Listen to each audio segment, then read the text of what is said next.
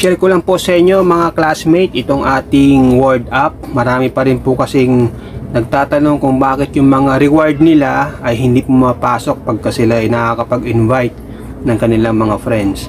So i-double check lang po natin yung ating code kung nakapasok nga ba talaga doon sa kanilang word app o doon sa friends na in-invite po ninyo. So buksan po ninyo yung inyong word app, tapos sa bandang kanan sa taas i-click nyo po yung settings. So makikita po ninyo sa may invite code. Pag hindi pa po nakalagay ng ganyan, ibig sabihin hindi pa po nakapasok yung inyong code. Kung nakalagay po dyan ay redeem, so kiklik po ninyo yon para i-type po ninyo manually yung code po ninyo.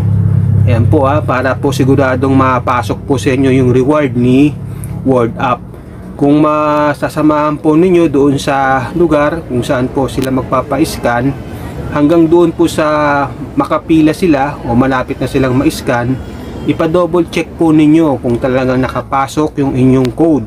So dito po sa may invite code or redeem, kung hindi pa po nakapasok, so i-double check po ninyo kung talagang nakapasok po siya.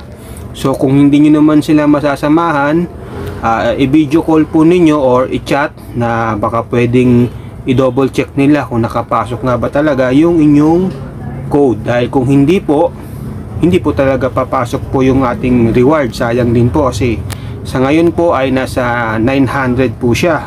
So dito po sa may itaas po niya nakalagay po ay invite and get 900. So sayang din po yan mga classmate, 900. So click lang po natin siya. So yung sa amin po batch namin nasa 600 po lang siya, kaya 6,000. So ngayon 9,000 na pagka kayo ay nakapag-invite. So sayang po kaya dapat i-double check po natin.